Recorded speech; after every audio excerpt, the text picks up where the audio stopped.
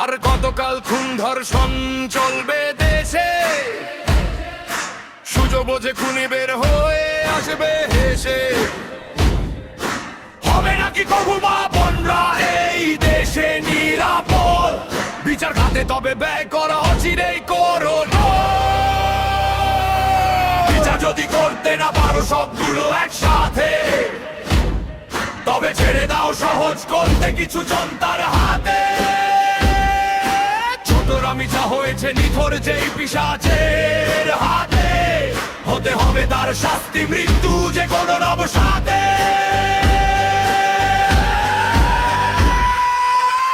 এক হও সবে আওয়াজ তোলো,